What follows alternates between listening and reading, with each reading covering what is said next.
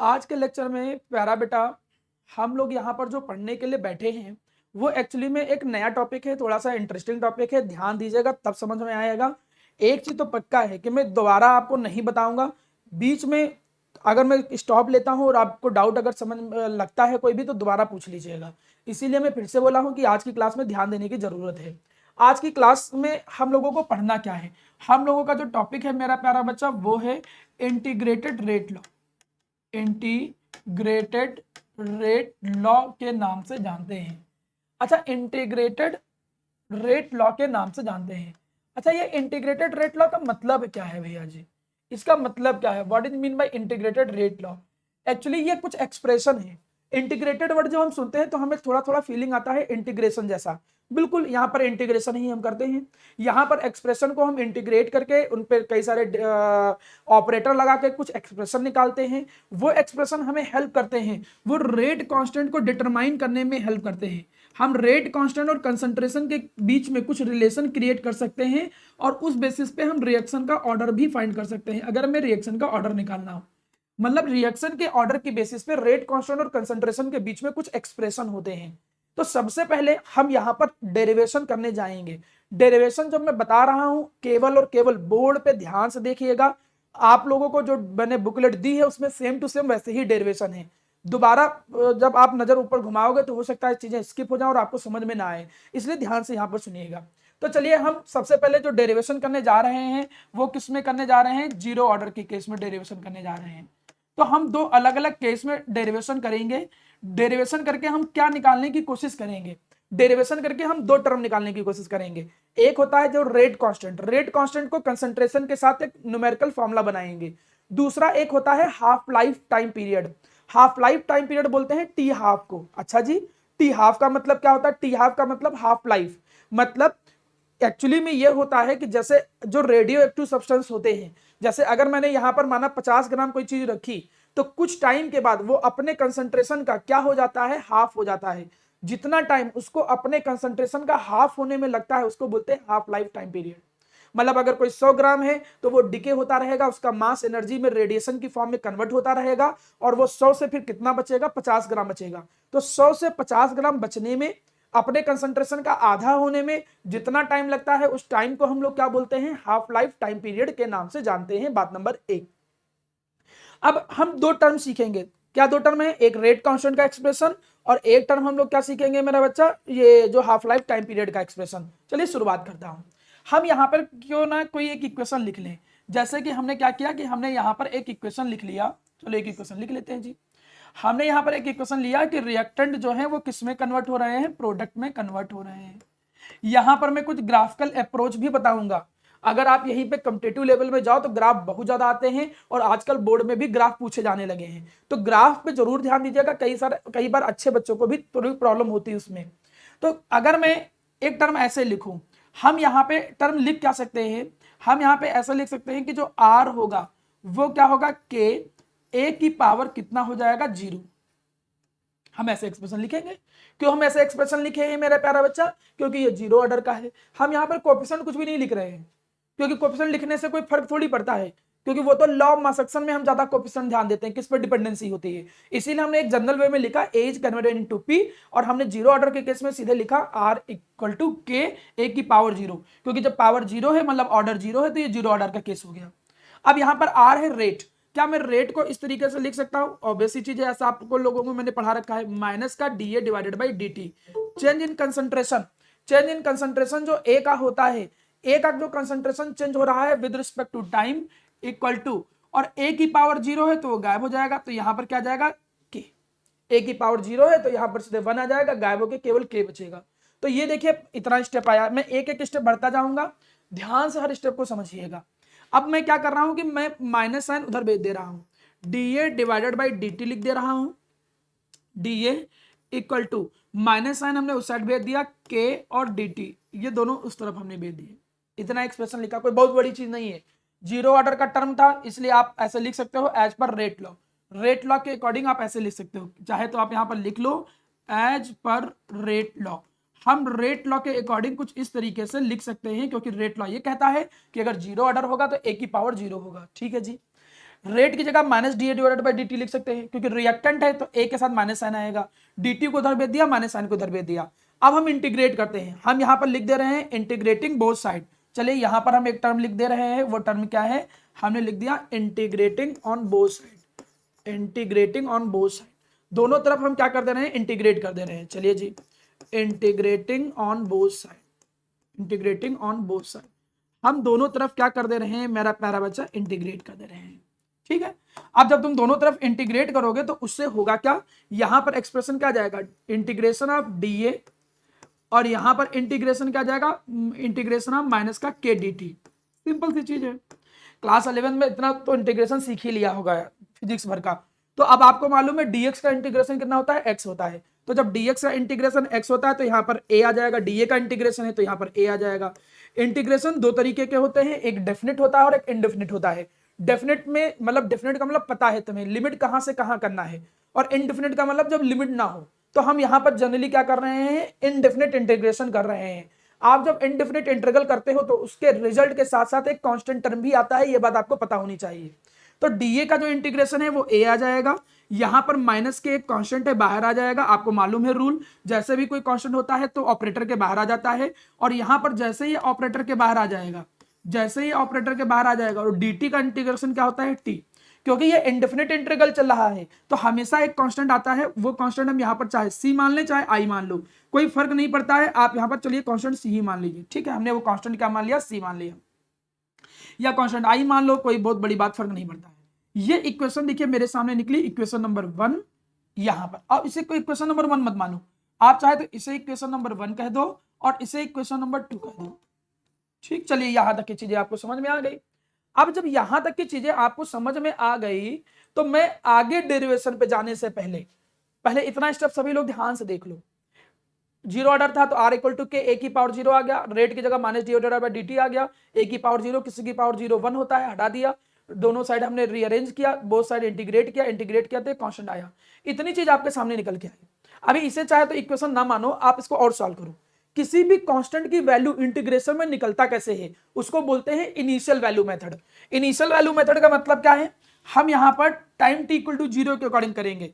यहाँ पर लिखेंगे क्या, find the value of I constant की, कैसे, बाय इनिशियल वैल्यू मेथड। हम यहां पर क्या अप्लाई कर देंगे, इनिशियल वैल्यू मेथड अप्लाई कर देंगे, इनिशियल वैल्यू मेथड। अच्छा सर ये क्या कहता है, जरा इसके बारे में बताइए, तो थोड़ा ध्यान से समझो। इनिशियल वैल्यू मेथड ये कहता है ए है कंसंट्रेशन, जब टाइम t इक्वल टू 0 होगा, देखो बेटा, जब टाइम t इक्वल टू 0 होगा, जब बिल्कुल शुरुआत की बात होगा, तो हम मान ले रहे हैं कि शुरुआत में जो कंसंट्रेशन होगा वो कितना होगा, ए नॉट। ए नॉट का मतलब इनिशियल कंसंट्रेशन। अब से जब हम ए नॉट टर्म कहीं लिखेंगे तो उसका मतलब इनिशियल कंसंट्रेशन। तो टाइम t इक्वल टू 0 पे जो कंसंट्रेशन था रिएक्टेंट का वो हम ए नॉट मान ले रहे हैं, ये एक वैल्यू हमने रखा। अब ये जो कंडीशन तुमने इनिशियल वैल्यू मान के चला है उसको यहाँ पे रखो। जब उसको यहाँ पे रखोगे तो देखो वैल्यू क्या निकल के आ जाएगी, जैसे वो वैल्यू तुमने यहाँ पर रखा तो टाइम t इक्वल टू 0 पे जो कंसंट्रेशन है वो ए नॉट हो गया, माइनस का के time t equal to 0 plus यहाँ पर देखो क्या निकला i। तो यहां से अगर तुम देखो तो i की वैल्यू जो निकल के आई है वो कितनी निकल के आई है, ए नॉट प्रॉपर। और ये i की वैल्यू जैसे ही आप यहां पर पुट करोगे तो देखिए आपके सामने एक एक्सप्रेशन आ गया। क्या एक्सप्रेशन आ गया, a इक्वल टू माइनस का के टी प्लस यहां पर क्या निकल के आ गया, ए नॉट। ये भी बड़े काम का एक्सप्रेशन है, यहां पर छोटे छोटे कई सारे एक्सप्रेशन बनेंगे और वो सारे काम के हैं। ये भी कोई बहुत बेकार एक्सप्रेशन नहीं है, इससे भी हम कुछ रिजल्ट निकालेंगे आगे चल के। तो ये ऐसा नहीं कि ये रटना है, ब्रैकेट में बंद करने का मतलब ये नहीं कि ये फॉर्मूला है यहाँ पर, इसलिए मैंने व्हाइट ब्रैकेट में बंद किया है कि मतलब ये अच्छा पॉइंट है, ठीक ठाक पॉइंट है, इसकी हम हेल्प लेंगे, ठीक है। ये कोई फॉर्मूला नहीं है, इसे हम इक्वेशन नंबर 2 मान लेते हैं। फिर से वही, सर कर क्या रहे हैं, आखिर ये तो बताओ हम कर क्या रहे हैं। हम रेट कांस्टेंट और टी हाफ को निकालने की कोशिश करेंगे यहाँ पे, लेकिन वहां पर जाने से पहले आप लोगों को हम कुछ ग्राफ बीच में ही बताते चल रहे हैं। देखिए ग्राफ के क्वेश्चन बहुत जरूरी होते हैं, हमको दो एक्सप्रेशन दिख गए, क्यों ना हम दो एक्सप्रेशन से ही ग्राफ आपको समझा दें। अगर आप यहां पर ग्राफ को देखो, ये है रेट, इसे हम क्या कहते हैं, इसे हम लोग बोलते हैं रेट। ये जो टर्म तुम देख रहे हो ये रेट है, ठीक है। अब पहला ग्राफ, हम कुछ ग्राफ इसी से ड्रॉ करेंगे, जितने भी ग्राफ होंगे हम ग्राफ सारे के सारे किधर ड्रॉ करेंगे, ग्राफ हम इस साइड ड्रॉ करेंगे। चलिए ग्राफ ड्रॉ कर देता हूं मैं। हमने क्या कहा कि ग्राफ आपने ड्रॉ करना स्टार्ट किया, तो चलिए हमने ग्राफ यहाँ पर ड्रॉ करना स्टार्ट किया। एक ग्राफ, एक लाइन बेकार आ गई है, रुक जाइए। अब हम ग्राफ को ड्रॉ करना स्टार्ट कर रहे हैं, तो ग्राफ चलिए स्टार्ट कर देते हैं ड्रॉ करना, कोई बात नहीं है। तो ये हमने क्या मान लिया, एक्स एक्सिस मान लिया, ये हमने एक एक्सिस मान लिया, ठीक है। चलिए यहीं पे हम क्या कर रहे हैं, ये हम दूसरी एक्सिस मान ले रहे हैं। अब यहां पर अगर तुम ये चीज देखो, पहला ग्राफ इसको देखो, तो रेट जो है वो ये क्या है, के का मतलब कांस्टेंट। तो यहां पर रेट इक्वल टू क्या निकला, कांस्टेंट निकला। तो अगर तुम रेट को किसी के साथ ड्रॉ करो, चाहे वो कंसंट्रेशन के साथ ड्रॉ करो, चाहे किसी के साथ ड्रॉ करो, टाइम के साथ, तो रेट कंसंट्रेशन पे इंडिपेंडेंट हो गया ना। तो अगर मैं एक तरफ यहां पर लिखता रेट, एक तरफ में यहां पर क्या टर्म लिखता रेट या माइनस का D A divided by D T, और इधर में क्या लिख देता, इधर लिख देता मैं कंसंट्रेशन, रेट लिख देता, और एक तरफ क्या लिख देते कंसंट्रेशन। तो तुम अगर ग्राफ को थोड़ा ध्यान से देखो, अगर आपको वो ग्राफ समझ में आ रहा हो, तो रेट कंसंट्रेशन पे इंडिपेंडेंट है, मतलब रेट इक्वल टू के है। अगर ये नहीं समझ में आ रहा तो ऐसा समझो, तुम लोग जब छोटे होते थे तो y इक्वल टू 4 का ग्राफ ड्रॉ करते थे, क्योंकि यहां पर रेट को तुमने किधर ड्रॉ किया है, y एक्सिस में। देखो रेट को किधर ड्रॉ किया है, y एक्सिस में, और y इक्वल टू 4 का ग्राफ कैसे होता था, यहां पर 4 पे ऐसे पैरेलल चला जाता था x एक्सिस के। तो यहां पर भी रेट इक्वल टू कांस्टेंट है। अब रेट इक्वल टू कांस्टेंट है मतलब ये कंसंट्रेशन पे इंडिपेंडेंट है, तो ये आपका ग्राफ ऐसे पूछा है। अब चूंकि मैं नहीं चाह रहा हूं कि आप कलर से मिसमैच हो जाए, तो क्यों ना मैं इसके कलर को थोड़ा सा चेंज कर लेता हूं। यहां पर मैं कलर कुछ ऐसे बना दे रहा हूं, इसका ग्राफ कुछ ऐसे बनेगा, ये पैरेलल आ जाएगा। ये देखिए पहला ग्राफ है, ये हमने आपके सामने जो मेंशन किया है, वो क्या मेंशन किया है मेरा प्यारा बच्चा, पहला ग्राफ जो है वो पहला ग्राफ मेंशन किया है। चलिए देखते हैं, अब आगे कहानी सुनिए। इसको मैं लिख देता हूं फर्स्ट ग्राफ। एक ग्राफ हम यहां से बना लेते हैं। क्या बता रहे हो बेटा, ग्राफ सब बाकी बच्चों किसी को दिख रहा है बेटा, किस, चलिए ठीक है, मैं इसको फ्रेम के अंदर ले लेता हूं, कोई परेशान मत हो, ठीक है, ध्यान दो, मैं इसको फ्रेम के अंदर ले लेता हूं, ध्यान से।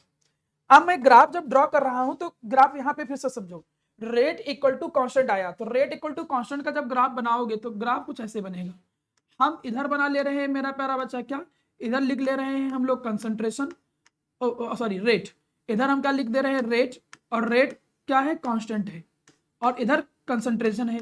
रेट कंसंट्रेशन पे डिपेंड कर ही नहीं रहा है, तो जो ग्राफ बन के आएगा वो पैरेलल आएगा किसके, किसके। ये पहला ग्राफ बन के आया, ठीक है। अब दूसरे ग्राफ पे देखते हो। अब दूसरे ग्राफ को समझने के लिए इसको कंपेयर करो किससे, y equal to M x plus सी से कंपेयर करो। क्लास 10th में ये ग्राफ पढ़ते थे लाइन वाले।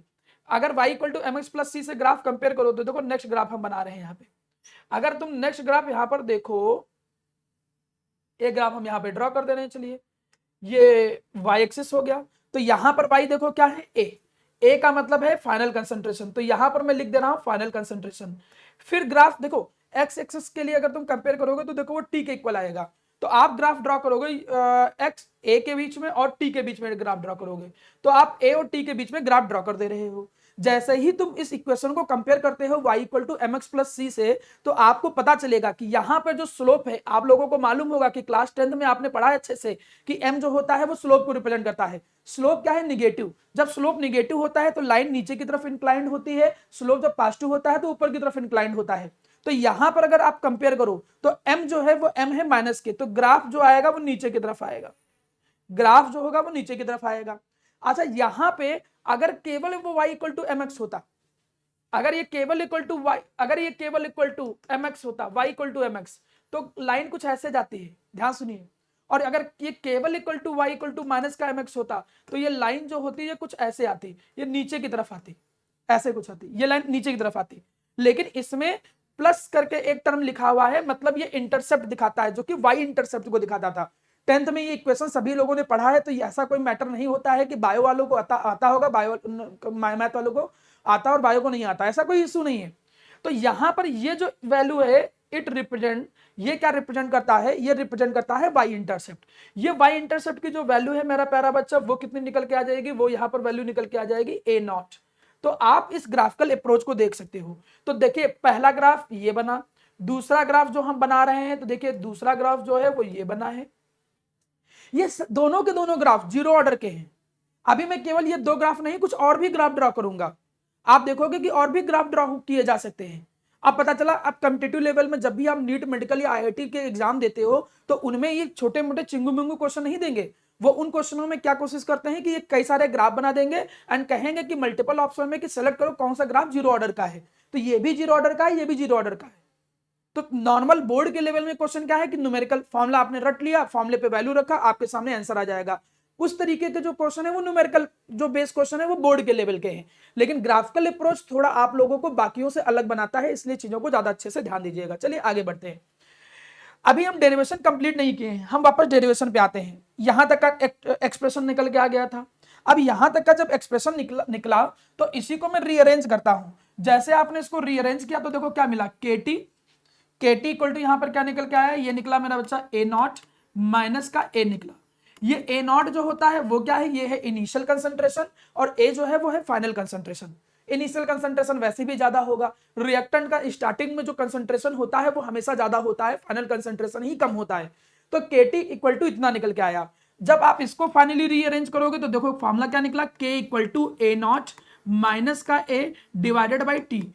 तो अगर आप इस एक्सप्रेशन को ध्यान से देखें तो ये आपके सामने पहला डिजायर्ड न्यूमेरिकल बेस एक्सप्रेशन निकल के आया है। आप लोगों को इस इक्वेशन को याद करना ही करना है, क्योंकि इस पर बेस कुछ सिंपल न्यूमेरिकल बन सकते हैं। रेट कांस्टेंट जीरो ऑर्डर के केस में फॉर्मूला निकल के आ गया। चलिए अब इसी में मैं आप लोगों को पहले ही ये बता चुका हूं कि हम ये जो डेरिवेशन कर रहे हैं ये दो चीजों को फाइंड आउट करने के लिए कर रहे हैं। द फर्स्ट नंबर वन कि रेट कांस्टेंट, और दूसरा जो मेरा प्यारा बच्चा होता है वो होता है टी हाफ। तो रेट कांस्टेंट में आपके सामने पहला एक्सप्रेशन आ गया। चलिए टी हाफ निकालते हैं। टी हाफ होता क्या है, किसी को पता है टी हाफ क्या होता है? अभी मैंने बताया था what is the T half. हाँ वेरी गुड, मतलब टी हाफ एक ऐसा टाइम होता है जिसमें जो कंसंट्रेशन होता है इनिशियल कंसंट्रेशन का आधा होने में जितना टाइम लगता है। तो T half is a time, T half को निकालना है। टी हाफ एक ऐसा टाइम है जिसमें जो फाइनल कंसंट्रेशन होता है वो इनिशियल कंसंट्रेशन का हाफ हो जाए। चलिए जी, ओके वेरी गुड। अब अगर मैं यहां पर देखूं तो ये वैल्यू रखिए यहां पर के। अब जो फाइनल कंसंट्रेशन होगा वो फाइनल कंसंट्रेशन इनिशियल कंसंट्रेशन का क्या हो जाएगा, हाफ हो जाएगा। और यहां पर जो टी है उसे टी नहीं पढ़ेंगे, उसे टी हाफ पढ़ेंगे, हाफ लाइफ टाइम पीरियड। तो अगर आप इसको रीअरेंज करके वैल्यू निकाल के देखो तो टी हाफ की वैल्यू जो निकल के आ रही है वो निकल के आ रहा है ए नॉट डिवाइडेड बाई 2k। देखिए ये हमारे सामने दूसरा एक्सप्रेशन निकला जो आपको याद रखने की जरूरत है। मैंने इनको येलो ब्रैकेट में इसलिए किया है कि ये फॉर्मूले याद होने ही चाहिए। तो ये देखिए आपके सामने एक्सप्रेशन निकल के आ गया। मुझे नहीं लगता है कि कोई भी कॉम्प्लिकेटेड चीज थी, कोई भी कठिन चीज थी, आपके सामने बड़ा सिंपल वे में सारी चीज रिप्रेजेंट है। ये जो पूरी की पूरी कहानी है वो कौन सी है, जीरो ऑर्डर के केस में है। आप स्क्रीन का स्क्रीनशॉट ले लीजिए जिससे आप इसको दोबारा समझ सकते हो। अदरवाइज बुक के में भी या जो मैंने आपको बुकलेट प्रोवाइड की है उसमें भी प्रॉपर ऐसे ही एक्सप्लेनेशन दिया हुआ है। एक ग्राफ हम और ड्रॉ कर सकते हैं। अगर उस ग्राफ को तुम यहां पर देखो, ये जो टी हाफ तुम यहां पर देख रहे हो, ये जो टी हाफ है वो कंसंट्रेशन के क्या है, डायरेक्टली प्रोपोर्शनल है। ये कंसंट्रेशन के डायरेक्टली प्रोपोर्शनल है। तो माना एक ग्राफ कोई आपको ऐसे ड्रॉ करवा दे, कहे कि जरा हमें एक ग्राफ ड्रॉ करके दिखाइए in between the T half और कंसंट्रेशन के बीच में ग्राफ ड्रॉ करके दिखाइए। आपको मालूम है कि जो टी हाफ है वो ए की पावर ए नॉट के डायरेक्टली प्रोपोर्शनल है। तो यहाँ ए नॉट जो है वो इनिशियल कंसंट्रेशन है। अब कंफ्यूज मत हो जाइए, नॉट बोल रहा हूं, ये नहीं कि अरे ज्यादा दिमाग लगा लो सर ए की पावर जीरो, वो जीरो यहाँ जीरो का मतलब जीरो था कि सर ये तो वहां वन हो जाएगा ना, ना ये तो एक नॉट ही है। तो ये ए नॉट के डायरेक्टली प्रोपोर्शनल है, मतलब कंसंट्रेशन के डायरेक्टली प्रोपोर्शनल होता है T half. That's mean you will get the graph just like this. आपको ग्राफ कुछ इस तरीके से मिलेगा, डायरेक्टली प्रोपोर्शनल ग्राफ मिलता है। आप लोगों ने क्लास 10 में y equal to mx graph पढ़ा है, वो कुछ ऐसा मिलता है। तो आप लोगों ने देखा कि कुछ तीन ग्राफ आपके सामने दिखे हैं यहाँ पर, ये तीनों के तीनों ग्राफ जो हैं वो जीरो ऑर्डर के केस में है। तो कितना अच्छा क्वेश्चन बनाया जा सकता है एक ऑब्जेक्टिव पर बेस। जब बच्चों को फंसाना हो, जब लगे कि कुछ अच्छे बच्चे ही फंस जाए, तो उसके बेसिस पे वो चार ग्राफ बना देंगे और चार ग्राफ बनाने के बाद कहेंगे कि बताओ उसमें कौन सा ग्राफ जीरो ऑर्डर का नहीं है। तो अब जीरो ऑर्डर का ग्राफ तो नहीं याद करके जा पाओगे ना, कि ग्राफ रट के चले जाओगे कि लाइन ऐसे बनती है।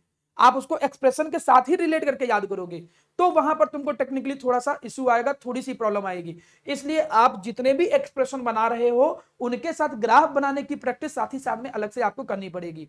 उम्मीद करता हूं आप सब लोगों को जीरो ऑर्डर का जो ग्राफ है, जीरो ऑर्डर का जो एक्सप्रेशन है वो प्रॉपर समझ में आया होगा। अब हम लोग यहां पर चलते हैं फर्स्ट ऑर्डर के ग्राफ को समझने के लिए, ठीक है। अभी मैं इसको रिपीट भी कर दूंगा, कोई खास प्रॉब्लम नहीं होगी। चलिए, जो हमने ऑपरेशन जीरो ऑर्डर के केस में किया है, लगभग लगभग वैसे ही कुछ ऑपरेशन हम अप्लाई करेंगे, किसके लिए, फर्स्ट ऑर्डर के केस में अप्लाई करेंगे। चलिए देखते हैं, चलिए आइए फर्स्ट ऑर्डर के केस में देखते हैं क्या होता है। ये कहानी पूरी कंप्लीट हो गई, किसके केस लिए, जीरो ऑर्डर के लिए कंप्लीट हो गई।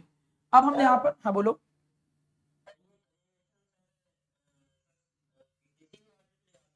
ना ना ना, आपके सिलेबस में केवल दो ऑर्डर है, zero order and first order, केवल वही दो डेरिवेशन कराऊंगा। मैक्सिमम जो आ सकते हैं वो यही दो आएंगे।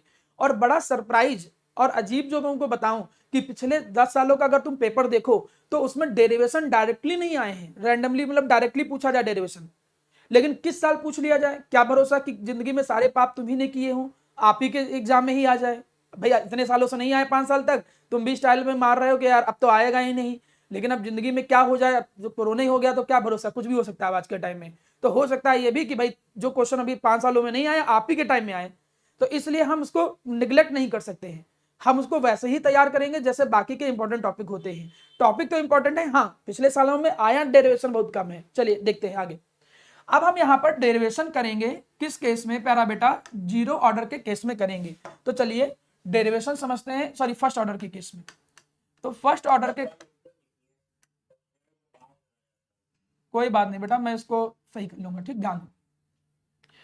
मेरे सामने जो डेरिवेशन है, अब जो डेरिवेशन है वो हम क्या करेंगे, फर्स्ट ऑर्डर के केस में करेंगे। चलिए फर्स्ट ऑर्डर का डेरिवेशन समझने की कोशिश करते हैं। लगभग लगभग वैसा ही कुछ एक्सप्रेशन होगा, थोड़ा सुनिएगा ध्यान से। हमने एक्सप्रेशन में वैसा ही कुछ लिखा है, ए वो बना रहा है, प्रोडक्ट बना रहा है, ठीक है भैया।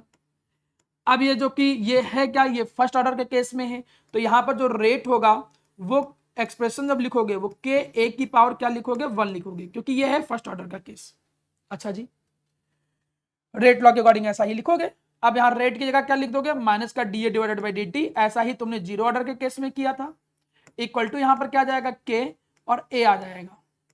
अभी जब तुम लोग थोड़ा सा मैथ में और आगे जाओगे, क्लास 11th में शायद होगा डिफरेंशियल इक्वेशन, क्लास 11 में है, 12th में आई थिंक है मैथ में, ठीक है। तो डिफरेंशियल इक्वेशन जब पढ़ोगे तो उसमें एक मेथड होता है वेरिएबल सेपरेबल।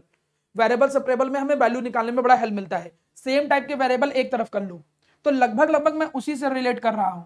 आप यहां पर देखो डीए है तो ए को उसके नीचे ले आओ, तो डीए के साथ जब इसको हमने रीअरेंज किया तो हमने ए को उसके नीचे ले आए, चलिए ठीक, ए उसके नीचे ले आए, इक्वल टू हमने उधर क्या भेज दिया, dt भेज दिया, माइनस का के dt, ठीक है। अब आप लोग क्या करोगे, इंटीग्रेट ऑन बोथ साइड, वही सेम चीज। अब आप यहां पर क्या करोगे, इंटीग्रेट ऑन बोथ साइड। हम लोग क्या करेंगे, इंटीग्रेट ऑन बोथ साइड, दोनों तरफ हम लोग क्या करेंगे मेरा प्यारा बच्चा, इंटीग्रेट करेंगे। चलिए जी इंटीग्रेट कर दे रहे हैं। जैसे ही दोनों तरफ हमने इंटीग्रेट किया तो इंटीग्रेट कर देते हैं, चलिए जी ये इधर इंटीग्रेट कर दिया, इधर इंटीग्रेट कर दिया, इनडेफिनिट इंटीग्रल। 1/x dx का इंटीग्रेशन क्या होता है, 1/x dx का इंटीग्रेशन क्या होता है बताइएगा भाई, 12th में हो।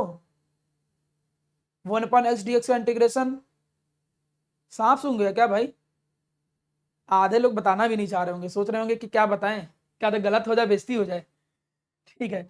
1/x dx का इंटीग्रेशन जो होता है वो log x होता है, लेकिन log जो मैथ में होता है वो बेस ई वाला होता है। देखिए log दो तरीके के होते हैं, एक log होता है बेस ई का, एक log होता है बेस 10 का। तो जब आ चुकी तुम मैथमेटिकल ऑपरेटर लगाए हो, इंटीग्रेशन एक मैथमेटिकल ऑपरेटर है, तो यहां पर जो लॉग होता है वो बेस ई का है। अब लॉग बेस ई बेस 10 से कंफ्यूज ना हो, इसलिए मैं इसको क्या लिखूंगा, ln लिखूंगा। जब ln लिख देता हूं तो ये बिल्कुल क्लियर होता है कि बेस ई वाला ही लॉग है, इसमें कोई डाउट नहीं होता है। केवल लॉग लिखने में डाउट है कि बेस 10 बेस ई, लेकिन ln लिखने में कोई डाउट नहीं, वो बेस ई ही होता है। तो यहां पर चूंकि मैथमेटिकल ऑपरेटर लगाया था तो यहां लॉग बेस ई आएगा, तो मैं यहां पर log e ना लिख के सीधे ln लिख देता हूं, log बेस ई। और 1/x dx का इंटीग्रेशन log x होता है, तो यहां log a आ जाएगा, log a आ जाएगा, ln a आ जाएगा, इक्वल टू माइनस के बाहर आ गया, dt का इंटीग्रेशन t होता है, प्लस यहां पर क्या आ जाएगा c, वही c या इंटीग्रेट जो कांस्टेंट आया था। अब उसमें सेम जैसे वैल्यू वहां निकाला था वैसे वैल्यू यहां अप्लाई इनिशियल वैल्यू मेथड। अब हम लोग यहां पर क्या करेंगे, अप्लाई इनिशियल वैल्यू मेथड। यहां पर हम लोग इनिशियल वैल्यू मेथड को क्या करेंगे, अप्लाई करेंगे। इनिशियल वैल्यू मेथड कहता क्या है, टाइम t इक्वल टू 0 पे जो कंसंट्रेशन होगा फाइनल, वो फाइनल कंसंट्रेशन कितना होगा, ए नॉट के इक्वल होगा। जैसे तुम इन वैल्यू को पुट करोगे, वैल्यू को पुट करने पे देखो मिलेगा क्या, ए की जगह पे तुम्हें रखना है ए नॉट। कब ये मिलता है, जब टाइम t इक्वल टू कितना हो 0 और प्लस सी, तो ये पूरा टर्म 0 हो गया। यहां से जो c की वैल्यू निकल के आ रही है, वो c की वैल्यू कितनी निकल के आ रही है, ln a नॉट। आज मैं अटेंडेंस नहीं ले पाया हूं तो मैं अटेंडेंस लास्ट में लूंगा, ठीक है, ध्यान रखिएगा। तो यहां पर c की वैल्यू इतनी निकली है, c की वैल्यू ln a नॉट निकली है, उठा के c की वैल्यू यहां पर रख दीजिए, इस इक्वेशन में c की वैल्यू यहां रख दीजिए। ऐसा वहां भी किया था, एक दो बार बस प्रैक्टिस करना पड़ेगा। तो आप इस चीज को दिमाग से निकाल दीजिए कि यह बहुत कोई कठिन चीज है, प्रैक्टिस करोगे तो अपने आप सब दिमाग में आ जाएगा। तो देखिए आपके सामने एक एक्सप्रेशन यहां पर कुछ ऐसा निकल के आया, ये एक्सप्रेशन निकल गया, जैसे वहां पर एक्सप्रेशन निकला था वैसे यहां पर भी एक्सप्रेशन निकल के आया। अब मैं यहां पर एक काम करता हूं कि आप लोगों को इनके थोड़े दो ग्राफ तो बना ही देता हूं पहले। चलिए दो ग्राफ यहां पर कुछ समझ लेते हैं, बाकी चीज बाद में ड्राइव करेंगे। जो पहला ग्राफ है वो रेट और कंसंट्रेशन के बीच में ड्रॉ कर देता हूं। तो पहला ग्राफ जो है वो हमने रेट और कंसंट्रेशन के बीच में बनाया, उसमें देखो पैरेलल आ रहा था, लेकिन यहां पर अगर तुम देखो तो रेट जो है वो कंसंट्रेशन के डायरेक्टली प्रोपोर्शनल है, के हटाओ तो प्रोपोर्शनल डायरेक्टली आएगा। तो रेट कंसंट्रेशन के डायरेक्टली प्रोपोर्शनल है, तो मतलब इसका ग्राफ स्ट्रेट लाइन आएगा, ग्राफ कुछ ऐसा निकल के आएगा। ये पहला ग्राफ बन गया, it is the first graph of, ये पहला ग्राफ है किसका, ये पहला ग्राफ है जीरो ऑर्डर के, फर्स्ट ऑर्डर के केस में। चलिए और ग्राफ देखते हैं, एक ग्राफ यहां से बना लो, इसको जरा कंपेयर करो किससे, y equal to M x plus सी से कंपेयर करो। अब जब इसको y equal to M x plus सी से कंपेयर किया, तो चलिए कंपेयर कर लेता हूं y equal to M x plus सी से। तो जैसे ही y equal to M x plus सी से कंपेयर करोगे तो y की जगह पर क्या आ गया, ln a, तो y की जगह पर यहां पर क्या आ गया, ln a आ गया, ठीक है जी। x की जगह पर यहां पर देखो क्या है, t है, तो t आ गया। स्लोप यहां पर क्या है, देखो स्लोप निगेटिव है, तो स्लोप अगर निगेटिव है तो लाइन नीचे की तरफ आएगी, स्लोप निगेटिव है तो लाइन नीचे की तरफ आएगी। अब जहां पर ये वाई एक्सिस को कट करता है उसको बोलते हैं वाई इंटरसेप्ट। तो चलिए देखते हैं कि वाई इंटरसेप्ट की वैल्यू कितनी है। अगर आप वाई इंटरसेप्ट की वैल्यू देखो, ये इतनी वैल्यू देखो, तो इतनी वैल्यू कितनी है, ln a नॉट के, ln a नॉट के इक्वल है इतनी वैल्यू। तो ये ग्राफ लगभग लगभग बना, और यहां पर जो स्लोप निकल के आया है वो स्लोप की वैल्यू कितनी है, माइनस का के। तो ये एक ग्राफिकल अप्रोच आपका निकल के आ गया, किस केस में, यहां तक में। अब एक्सप्रेशन थोड़ा और आगे चलते हैं, लेकिन समस्या क्या है, समस्या यह है कि जब आप केमिस्ट्री में एक्सप्रेशन लिखते हो तो बेस ई में नहीं लिखते, यहां ध्यान दीजिएगा, जब आप केमिस्ट्री में एक्सप्रेशन लिखते हो तो बेस ई में नहीं लिखते हो, आपको एक्सप्रेशन बेस 10 में लिखना होता है। तो आप बेस 10 में कन्वर्ट करो, बेस ई को बेस 10 में कन्वर्ट करने का कन्वर्जन फैक्टर क्या है, 2.303। तो आप यहां पर 2.303 से मल्टीप्लाई कर दोगे, 2.303 यहां पर क्या जाएगा, लॉग बेस 10 ए, देखो बेस 10 में कन्वर्ट हो गया। यहां पर क्या आया, माइनस का के टी, इसको कन्वर्ट किया तो यहां पर भी कन्वर्जन फैक्टर 2.303 है, लॉग बेस 10, यहां पर देखो कितना आ गया, ए नॉट। बेस ई को बेस 10 में कन्वर्ट करने का ये तरीका है। अब जैसे ही तुमने डिवाइड किया यहां पर सबको 2.303 से, एक बार देख लीजिए, बाद में अपने आप करिएगा, नहीं बाद में छूट गया कोई स्टेप तो समझ में नहीं आएगा। तो माइनस का के डिवाइडेड बाई 2.303, यहां पर आ गया टी, प्लस यहां पर कितना आ गया, लॉग का बेस 10 ए नॉट, ये चीज निकल के आया, ठीक। अब एक ग्राफ हम इससे ड्रॉ कर देते हैं, इसको कैसे लिखेंगे, y equal to M x plus सी से कंपेयर करो। अब जब y, देखिए दोनों ग्राफ दोनों एक जैसे हैं, अंतर देखो क्या आ गया, ये ln a वाला है, मतलब ये बेस ई वाला ग्राफ है, और एक ग्राफ आपको किताबों में मिलेगा बेस 10 वाला। तो चलो बेस 10 वाला ग्राफ ड्रॉ कर देता हूं, यहां पर एक ग्राफ ड्रॉ कर देते हैं हम लोग, कौन सा, बेस 10 वाला। तो यहां पर ग्राफ ड्रॉ हुआ लॉग बेस 10 ए, ठीक है जी। इधर मेरा प्यारा बच्चा क्या निकला, टी, क्योंकि यहां y बराबर देखो, तो y बराबर ये है, तो y की जगह हमने ये लिखा, x बराबर यहां पर क्या है, t है, तो x की जगह पर हम ये लिखेंगे। स्लोप अभी भी देखो निगेटिव है, तो स्लोप अगर निगेटिव है तो लाइन अभी भी नीचे की तरफ ही आएगी, y ऐसा कुछ, ठीक है। अब अगर इसमें बदलाव तुम देखो क्या क्या बदलाव हो गया है, तो यहां पर बदलाव में देखो तो y इंटरसेप्ट की वैल्यू कंपेयर करो, तो वो वहां ln था, यहां पर बेस 10 वाला है, लॉग बेस 10 ए नॉट, पहला बदलाव। दूसरा बदलाव स्लोप देखो, यहां पर स्लोप जो है वो केवल माइनस का के है, यहाँ स्लोप माइनस का के है, लेकिन यहाँ पर जो स्लोप होगा तो m देखो कितना निकल रहा है, माइनस का के डिवाइडेड बाई 2.303। ये तीनों ग्राफ जो है मेरा प्यारा बच्चा, वो तीनों ग्राफ अलग अलग हैं और लेकिन अलग अलग चीजों के साथ बनाए गए हैं, लेकिन तीनों ग्राफ किसके हैं, फर्स्ट ऑर्डर के हैं। देखिए तीनों ग्राफ फर्स्ट ऑर्डर के हैं। ऐसे ही ग्राफ हमने जीरो ऑर्डर के भी बनाए थे। तो तीन ग्राफ देखो आपके किसके बने, फर्स्ट ऑर्डर के बने। अभी एक्सप्रेशन पूरा कंप्लीट कहाँ किया है, अब इसको के निकालना है ना, हमारा टास्क क्या है, के निकालना। तो के निकालने के लिए इसको रीअरेंज करेंगे, के टी डिवाइडेड बाई 2.303, यहां लिख दे रहे हैं प्लस का के टी डिवाइडेड बाई 2.303। ठीक, ये इधर ले आए, इसको उधर भेजा, तो यहां पर कितना निकला, लॉग बेस 10 ए नॉट निकला। उसमें से क्या घट जाएगा, लॉग बेस 10 केवल ए घट जाएगा। ठीक है, अब इसी को रीअरेंज कर लो, के टी इक्वल टू 2.303।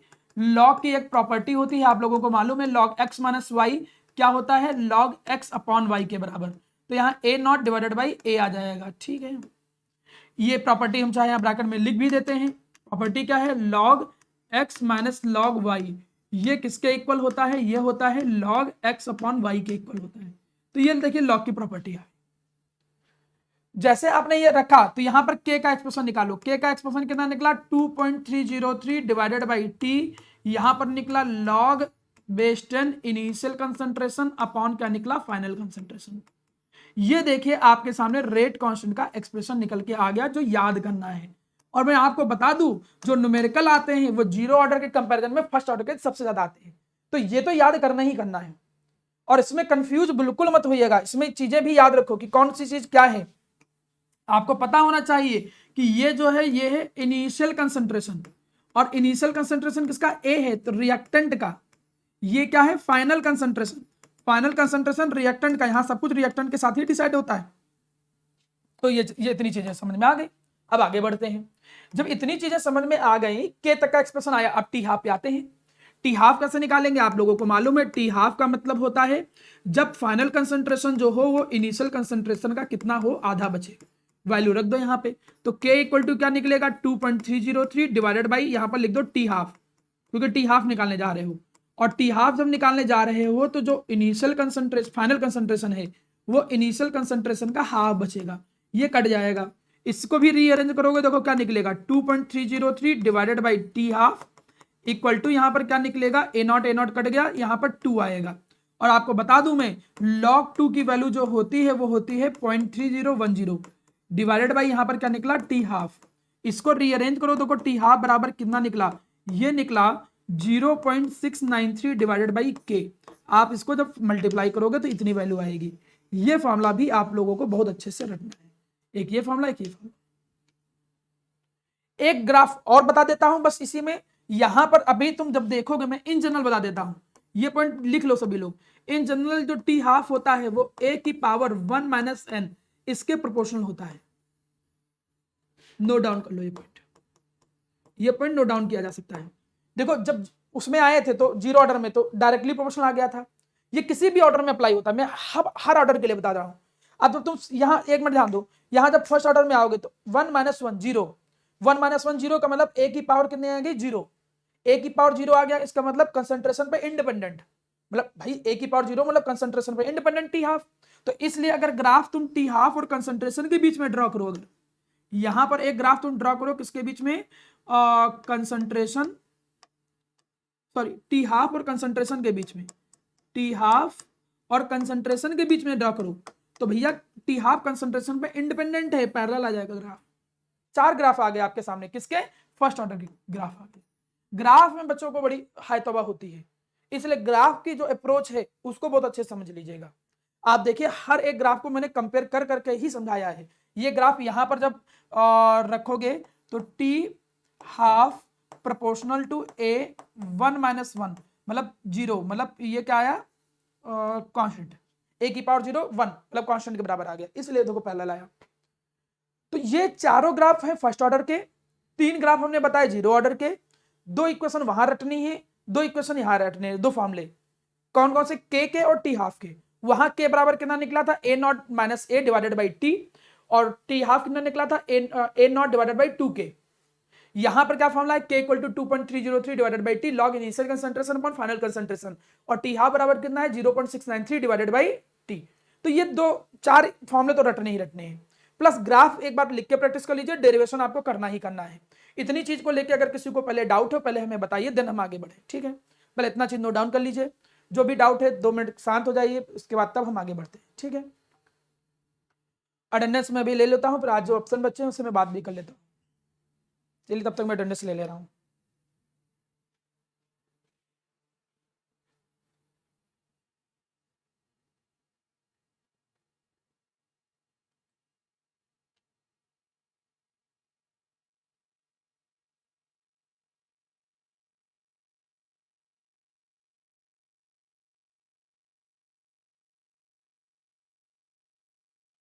चल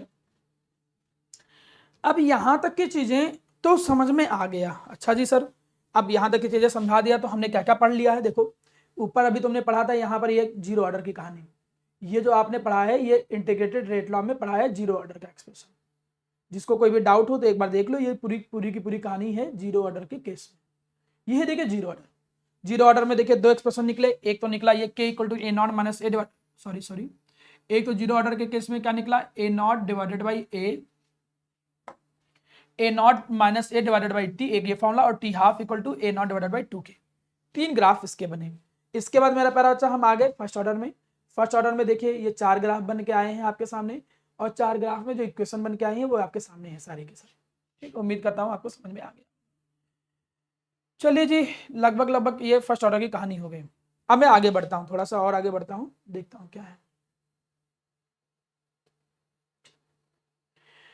अब इन चीजों को थोड़ा सा कंक्लूड करता हूँ। क्या कंक्लूड करता हूँ, हमने जो फॉर्मूले पढ़े, एक तो हमने लिखे जीरो ऑर्डर के फॉर्मूले, थोड़ा समझिएगा। जीरो ऑर्डर में, जीरो ऑर्डर में जो के का फॉर्मूला निकला था वो क्या निकला था, वो निकला था ए नॉट माइनस का ए डिवाइडेड बाई टी।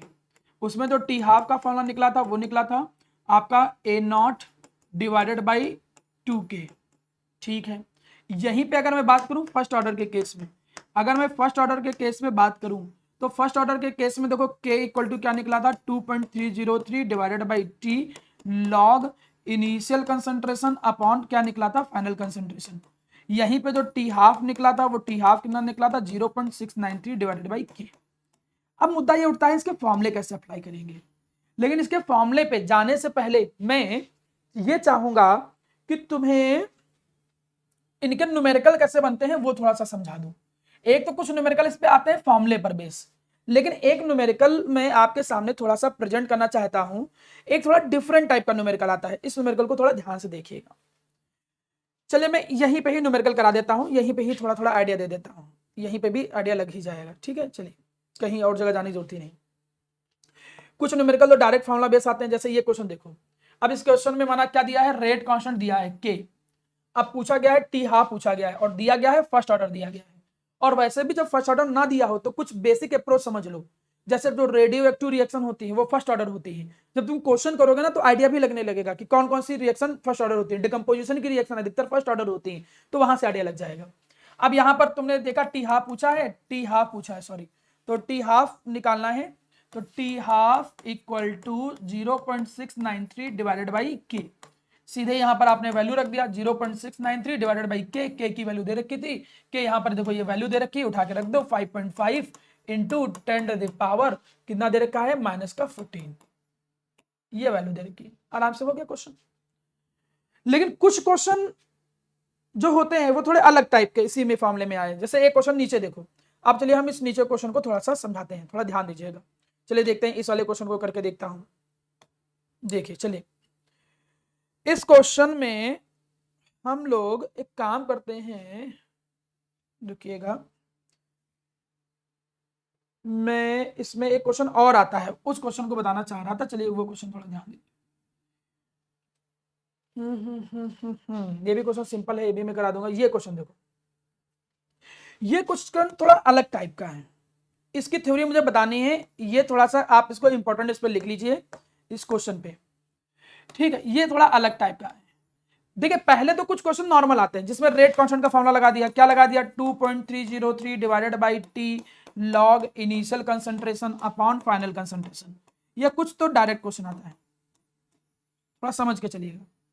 इसमें ये डायरेक्ट क्वेश्चन, अब इसके क्वेश्चन भी कैसे आते हैं वो मैं बताऊंगा, लेकिन इस क्वेश्चन में प्रॉब्लम क्या है कि इसमें कंसंट्रेशन नहीं दिया है, इसमें प्रेशर दिया है। देखो कंसंट्रेशन नहीं दिया, प्रेशर दिया है। कहा है टाइम टी इक्वल टू 0 पे जो प्रेशर होगा वो पी इनिशियल हो गया, कहा है टाइम इतना प्रेशर हो गया, और टाइम टी इक्वल टू ये फाइनल प्रेशर हो गया, पी एफ हो गया, फाइनल प्रेशर हो गया। आपका आपको सर ये कौन सी बड़ी बात है, इसमें कोई प्रॉब्लम तो नहीं है। मैं कहूंगा क्यों प्रॉब्लम नहीं, कहूंगा तो सर कई जगह पे हमने कंसंट्रेशन को प्रेशर से रिप्लेस किया है, तो आप इनिशियल कंसंट्रेशन की जगह पर 0.4 रख दो। हम कहेंगे हाँ ठीक है, सही ओके है। आप कहोगे फाइनल कंसंट्रेशन जो है वहां पर 0.7 रख दो, वहां पर क्या रख दो 0.7 रख दो।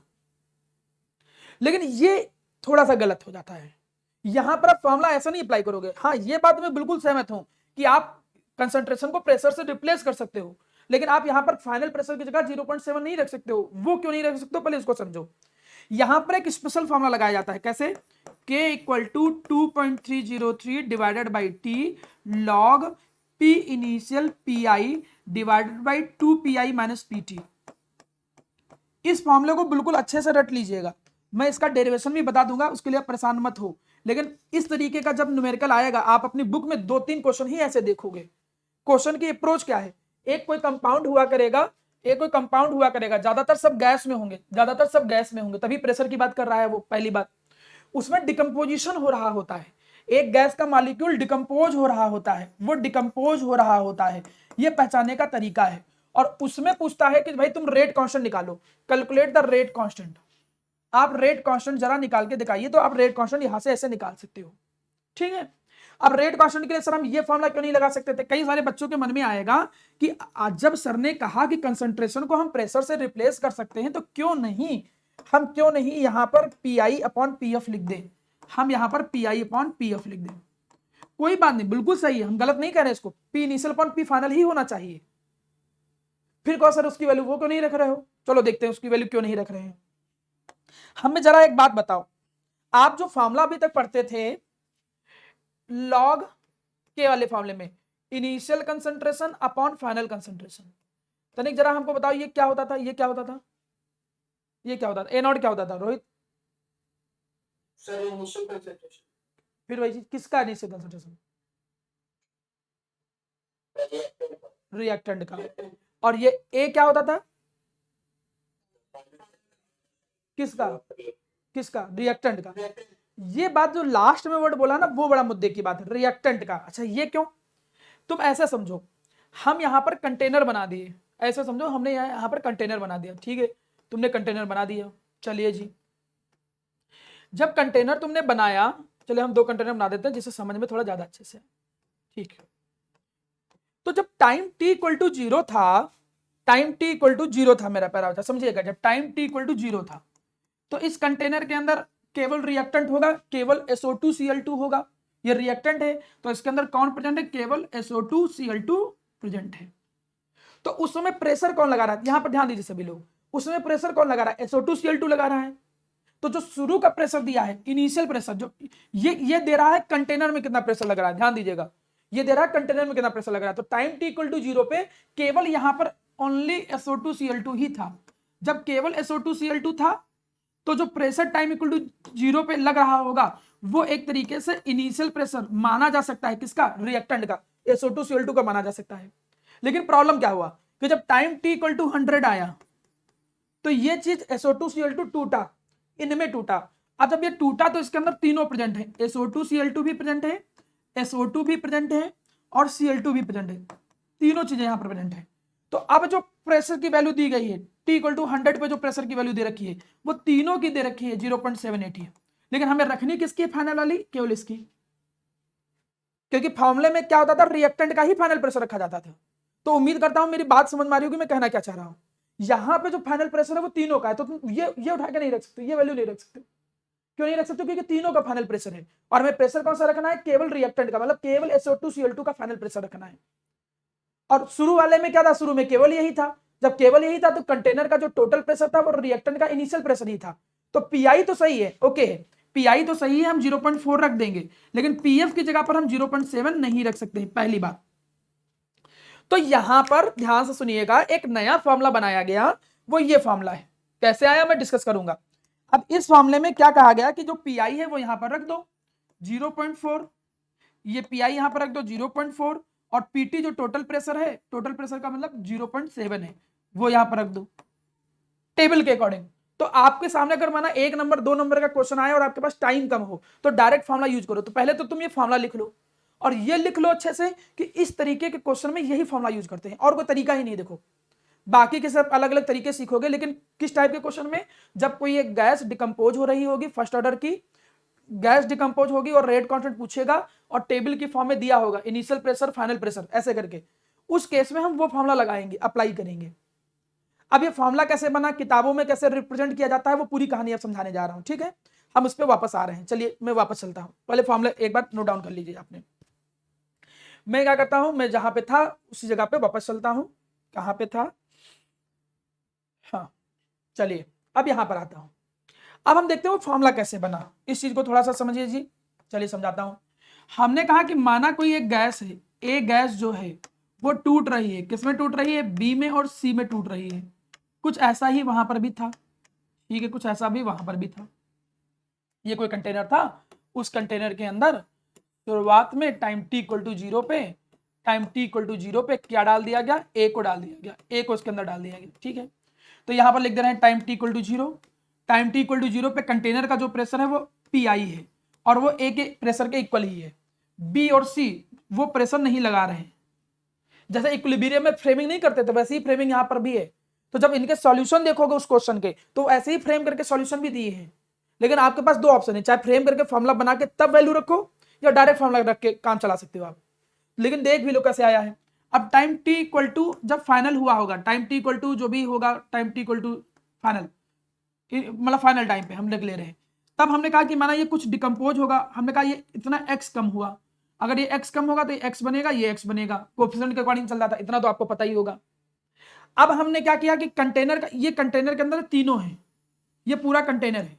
अब देखो इस समय कंटेनर के अंदर कौन है, इस समय कंटेनर के अंदर तीनों है, ये भी है, ये भी है और ये भी है ना।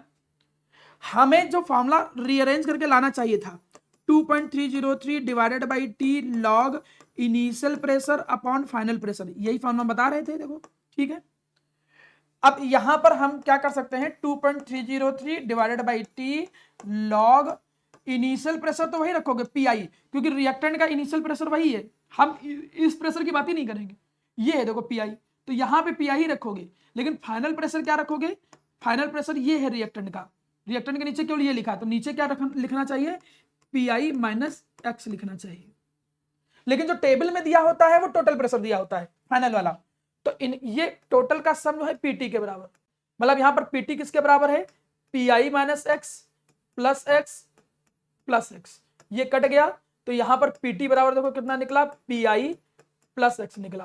तो यहां से अगर हम एक्स निकाले तो देखो कितना निकलेगा, पीटी माइनस पी आई, ठीक है। और अगर मैं ये वैल्यू यहां पर रखूं, एक्स की वैल्यू इसके अंदर रखूं, तो देखो कितना निकलेगा, पी आई माइनस एक्स बराबर कितना निकलेगा, पी आई माइनस एक्स। तो एक्स की वैल्यू यहां पर रखो, पीटी माइनस का पी आई, ये आया। अब देखो ये माइनस माइनस प्लस हो जाएगा तो कितना आ जाएगा, 2 PI माइनस पीटी आ जाएगा, ये आया इतनी वैल्यू, और यही वैल्यू तुमको यहां रखनी पड़ेगी। इसकी वजह से फॉर्मूला क्या हो गया था, रीअरेंज, और फॉर्मूला रीअरेंज होके क्या आ गया था, 2.303 divided by T log P I divided by 2 PI minus PT. देखो ये फॉर्मूला हम अप्लाई कर रहे थे, और जो आपको टेबल में दिया होता था प्रेशर, टेबल में जो दिया होता टी इक्वल टू 0 पे प्रेशर दिया होता है, चलो वो तो ठीक है, वो पीआई ही है, लेकिन टी इक्वल टू जो फाइनल दिया होता है वो वो पूरा नहीं, वो पीटी होता है, एक्चुअली में वो पीटी होता है। तो आप पीटी की वैल्यू यहां रखिएगा, पीआई की वैल्यू यहां रख दीजिएगा, और यहां पर जो टी रखना होगा वो टी जो रखना होगा वो 100 रख देंगे, टेबल में वैल्यू रखेंगे, सीधे आंसर आ जाएगा। तो वो फॉर्मुला कुछ ऐसे डिराइव हुआ था, लेकिन उन क्वेश्चनों में आप सीधे सीधे ये फॉर्मुला याद रखो, काम आपका यहां से चलता रहेगा, ठीक है। अब चलिए हम कुछ और क्वेश्चन की थोड़ी प्रैक्टिस करते हैं, थोड़ा सा और ट्राई करते हैं, और क्वेश्चन कैसे आते हैं। चलिए और क्वेश्चन के लिए हम वापस जाते हैं पीपीटी पे, उस पे कुछ क्वेश्चन और दिए हुए थे, देखता हूं कुछ और क्वेश्चन है, नहीं पीछे चलते हैं, कुछ क्वेश्चन मिलेंगे अभी। ये देखो जैसे एक क्वेश्चन ये, कुछ तो क्वेश्चन डायरेक्ट फॉर्मुला बेस होते हैं, बस 2 मिनट में और टाइम लूंगा, इसके बताने के बाद आपको फ्री कर दूंगा, ठीक है। कुछ क्वेश्चन डायरेक्ट फॉर्मुला बेस्ड होते हैं। अब आपको इसके क्वेश्चन बहुत सारे करने हैं क्योंकि इसके क्वेश्चन आते ही हर साल हैं। मैं न्यूमेरिकल की अलग से क्लास लगाऊंगा, लेकिन आपको क्वेश्चन ट्राई करने चाहिए। क्वेश्चन क्या कर रहा है कि इफ 50% ऑफ सैंपल जो है कंपाउंड का वो 120 मिनट में डिकम्पोज हो रहा है, तो 50% का मतलब टी हाफ ही तो हुआ, तो मतलब टी हाफ जो दिया है वो कितना दिया है 120 मिनट। टी हाफ जो दिया है वो कितना दिया है 120 मिनट। क्वेश्चन थोड़ा सा लैंग्वेज की फॉर्म में दिया, 50% डिकम्पोज होता है इतने में, मतलब टी हाफ दिया हुआ है। पूछा क्या है 90% डिकम्पोज होने में कितना टाइम लगेगा, चलो देखते हैं। टी 90% हमें निकालना है। टी 90% का फॉर्मूला क्या हो जाएगा 2.303 divided by T log initial concentration upon final concentration. चलिए जी देखते हैं। अब टी 90% निकालेंगे कैसे, थोड़ा समझिएगा। पर यहाँ के आ जाएगा, यहाँ क्या आ जाएगा के आ जाएगा। क्यों भैया के आ जाएगा, क्योंकि फॉर्मूला क्या होता है देखो, के का फॉर्मूला होता है 2.303 divided by T log initial concentration upon final concentration, ये होता है। तो जब टी इधर ले जाओगे तो नीचे क्या आ जाएगा के, तो जब तुम टी ऊपर ले गए तो के नीचे आ जाएगा। तो टी इक्वल टू क्या निकल के आ जाता है, टी इक्वल टू निकल जाता है 2.303 डिवाइडेड बाई के log initial concentration upon final concentration. यही फॉर्मूला देखो अप्लाई किया है टी 90% निकालने के लिए, क्योंकि वो पूछ रहा है 90% डिकम्पोज होने में कितना टाइम लगेगा, तो फॉर्मूला लगा दिया। अब इस फॉर्मूले में अगर हम ध्यान से देखें तो 2.303 के तो हम यहां से निकाल सकते हैं। कैसे, के का एक फॉर्मूला होता है जीरो ऑर्डर के केस में, ये फर्स्ट ऑर्डर के केस में, फर्स्ट ऑर्डर है ना, लिखा तो कहीं है, लिखा है फर्स्ट ऑर्डर लिखा है, नहीं भी लिखा होता तो थर्मल डिकम्पोजिशन फर्स्ट ऑर्डर ही होता है। 0.693 divided by T half, T half की वैल्यू उठा के यहां रखो, जैसे टी हाफ की वैल्यू यहां रखोगे देखो के निकल के आ जाएगा आपके सामने, के आ जाएगा, के उठा के यहां रखो, के की वैल्यू उठा के यहां रख दो। अब जब के यहां पे रखा तो देखो अब निकालना क्या है 90% डिकम्पोज होने में कितना टाइम लगेगा। तो अगर कोई स्टार्टिंग में 100 होगा, 90% डिकम्पोज हो गया तो फाइनल कितना बचेगा, फाइनल वो 10 ही तो बचेगा, फाइनल कितना बचेगा वो 10, अगर 90% डिकम्पोज हो गया। अब सॉल्व करोगे तो क्या आएगा 2.303 डिवाइडेड बाई के लॉग, यहां पर ये कट जाएगा log 10, log 10 की वैल्यू कितनी होती है 1, और के की वैल्यू यहां पर रखोगे सीधे टाइम निकल के आ जाएगा मिनट में, क्योंकि तुम मिनट में ही सॉल्व करके लेके चल रहे हो पूरा, जरूरी नहीं कि सेकंड में करके करो, क्योंकि तुम अगर मिनट में लेके चलोगे तो आंसर मिनट में आ जाएगा, कोई प्रॉब्लम ही नहीं। अभी बहुत क्वेश्चन मैं आपके सामने नहीं लेके आया हूं, ऐसा नहीं कि मैंने बहुत क्वेश्चन को लेके आया हूं, जो फॉर्मूले बताए थे उस पर बेस कई सारे क्वेश्चन आते हैं, रेगुलर बेस कम से कम बहुत सारे क्वेश्चन बनते हैं। तो मैं एक क्लास जरूर लगाने की कोशिश करूंगा जिसमें मैं न्यूमेरिकल आपको बताऊंगा, एक वीक केवल मैं न्यूमेरिकल डे रखूंगा जिसमें मैं केवल न्यूमेरिकल की ही प्रैक्टिस कराऊंगा, जरूर उम्मीद करता हूं। तो आज की क्लास यहीं पे ओवर करता हूं।